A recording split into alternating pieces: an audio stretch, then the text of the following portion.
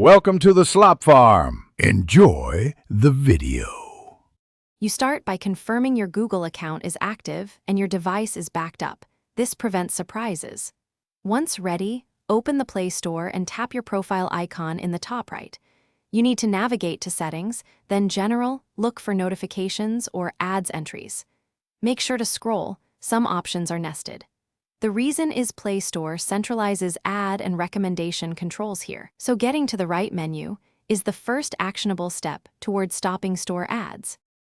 Once in the right menu, disable ads personalization and any interest-based ads toggles. This reduces targeted recommendations.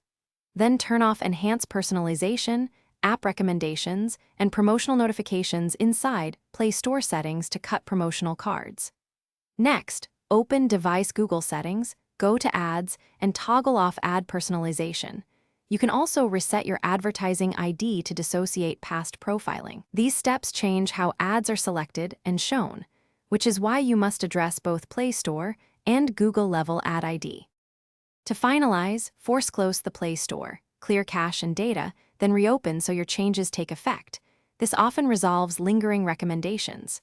If ads persist, uninstall Play Store updates or leave any beta program, then update again. Sometimes old builds mishandle preferences.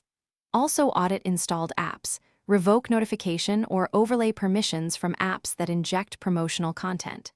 If nothing works, reset advertising ID again and reboot. These troubleshooting steps fix the common reasons why disabled settings might not immediately stop ads. Thanks for watching. Consider subscribing if we helped you today.